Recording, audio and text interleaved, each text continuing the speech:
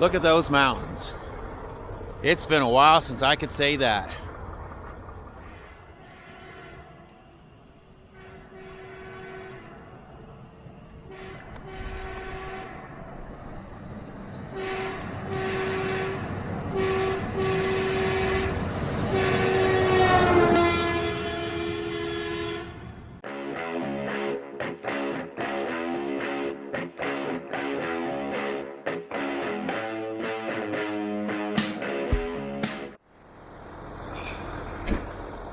Woo! So we made it to a rest area, and I believe it's called Ogalla, Kansas. Me and Lita spent the night adjusting the voltage. Went to bed last night and woke up with the truck freezing. The APU shut off. So I'm thinking it through about last night. I'm going to I don't know if I'm going to check it here. It's pretty dang cold right now. I think it's 6 degrees. And I just woke up, so it feels even colder. So, I believe we got 12 hours. No, we got more than that. We're going to have, I think, 2 or 3 hours left if we drive out 11 hours today.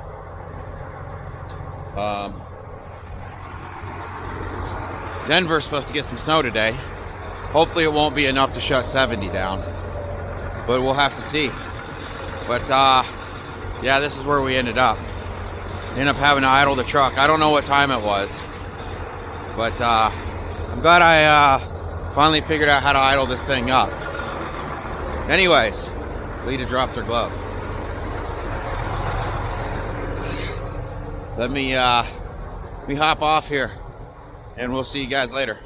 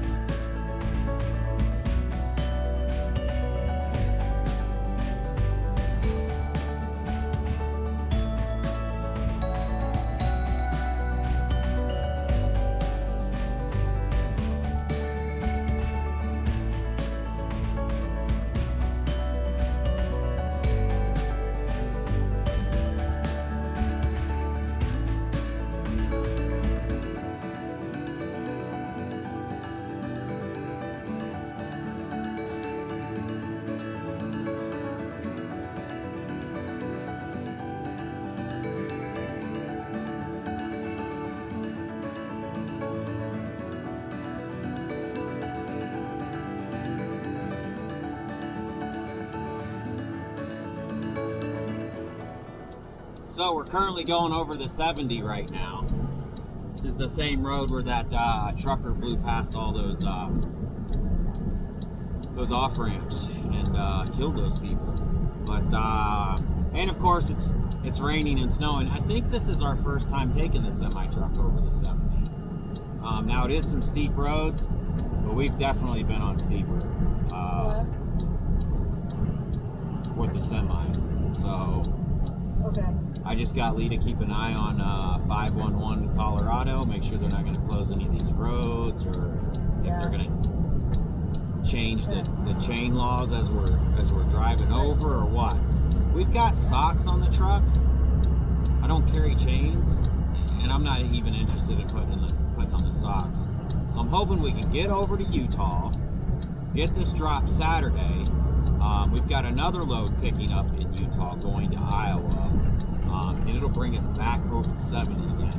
So I'm hoping all this weather will be cleared up, and we won't have to deal with it, hopefully. So anyways, I'll swap you guys back around here, and if you guys have never been over the 70, it's a long mountain. I mean, most of the time, especially in a semi truck, I mean, we're only 60 something pounds, and my truck isn't the fastest, but it kind of struggles in points. So I got to downshift and throw the hazards on. Anyways, let me swap you guys back around.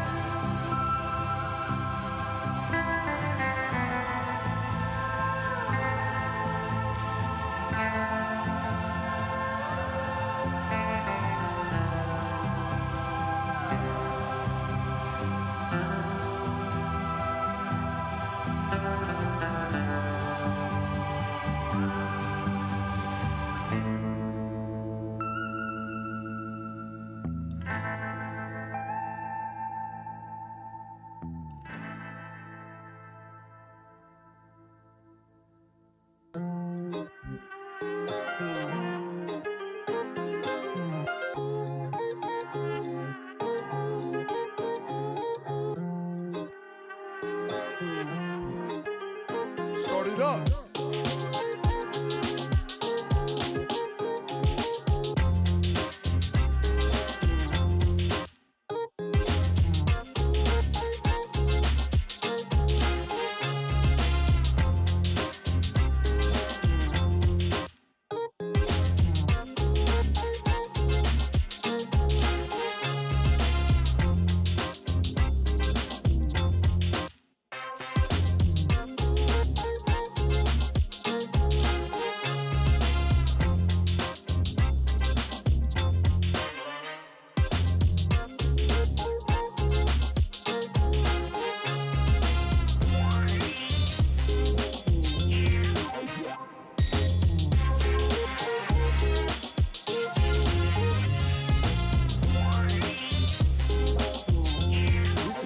Lit.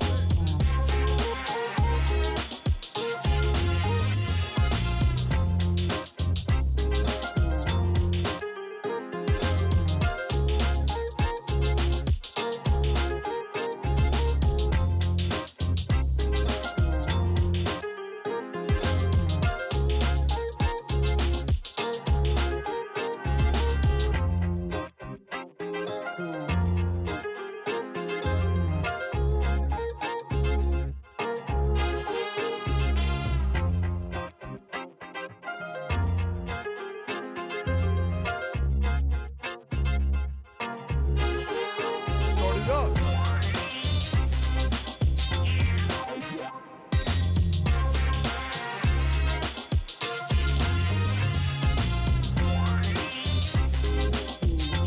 This is lit.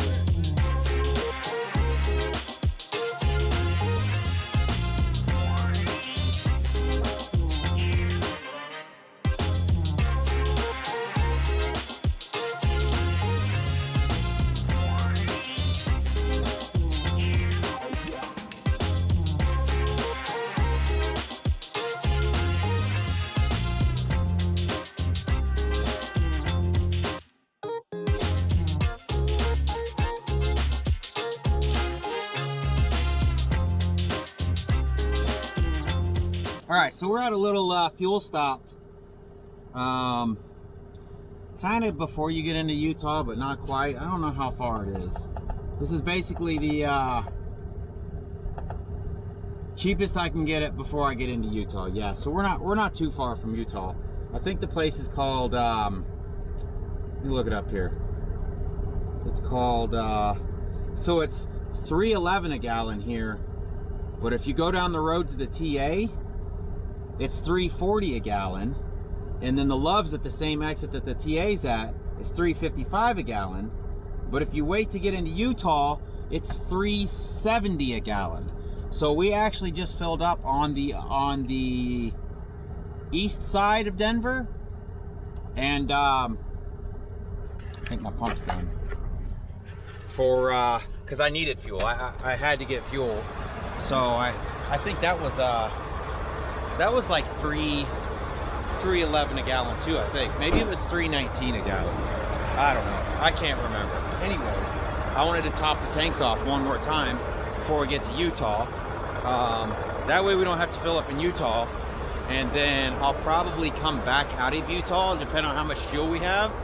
I might top off again here, or we'll top off again over by Denver. Because fuel's getting crazy. Fuel's crazy out west. It's not cheap. How about that footage though, where we are going over the 70 and it doesn't look that bad, and then we go through that tunnel, and then it's like a completely different world on the other side. But man, look at those mountains. It's been a while since I could say that. Absolutely. Colorado is absolutely beautiful. It is an amazing state. If it had good freight coming in and out, I would have probably bought land in Colorado instead. So I'm gonna top these tanks off, and looks like we're only taking 42 gallons. I'll have to figure out how many miles that is and see what kind of fuel mileage we got going over the 70. I think we actually did better. So we went to bed last night, and I think it said 5.3 miles to the gallon. And when I woke up, it was like 4.6. And I think it's telling me 4.8 right now. I know it's not super accurate, but I'll get it figured out, let you guys know what it is. So I want to tell you guys what the name of this place was and completely forgot. It's in Palisade, Colorado. It's just marked on here PWI 535 Pinoco. So we did IFTA. I've been using my Garmin for my IFTA too, so we haven't had to pull off of it yet to do IFTA. So I'm not sure what that's gonna look like. $3.19 a gallon, and we used 42.5 gallons. 42.5. Next. Oh, it's calling this maybe the Eagle Travel Plaza on here. Is that what it is? Eagle Travel Plaza? Is there an X on?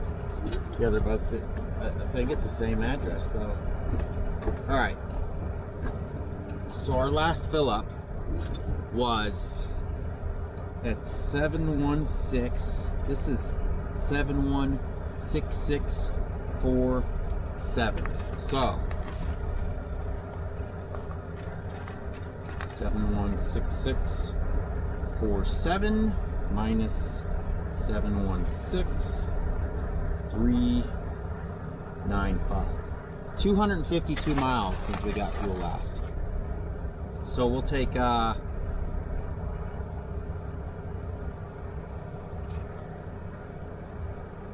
what did I say? How many miles? 256. Is that what I said? 256? I think so. Now I got to figure it out again because I don't trust it. 716647. This is what I have to deal with every day. I can never remember anything. 716,395. 252. So 252 divided by 42.5. 42.5. Ooh, we got 6 miles to the gallon going over the 70. Whoop, whoop. That's pretty dang good. Especially because you got to drop it down in a gear, and man, I think I was in 7th, 8th gear most of the time over that. Doing like 30 mile an hour, just pushing her hard. All right, so now there's a Love's and a TA down the road. We're gonna go grab something to eat at.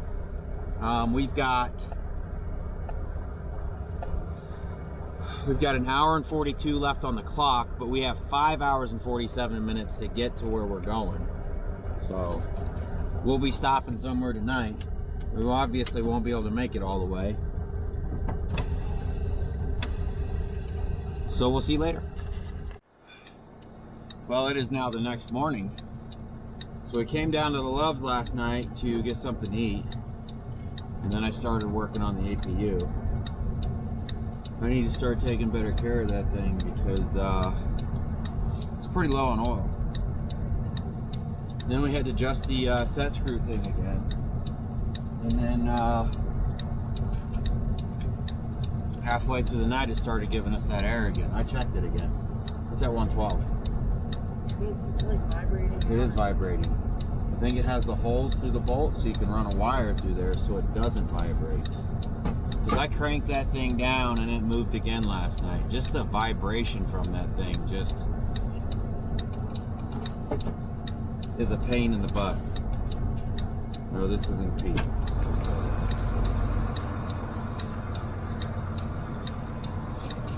so you make room for the monster. So we've got 5.5 hours to get there. It's 5:30 now. So I guess this guy rented a backhoe to unload this stuff. I hope he rented a backhoe with forks because it's gonna be a long day if he chains them. There's so much on this trailer. It's just like they loaded it. That's how they put chains on a lot of the metal straps. Oh, I mean the straps. I mean the sheets of metal they strapped, but they forked on all the beams. And if he just rented a backhoe and he's just going to chain a couple of those beams at a time, it's going to be a long day for him. Because I don't mind helping you out, but if you're too cheap to rent the proper equipment, I mean, this is going to our ranch in Center, Utah.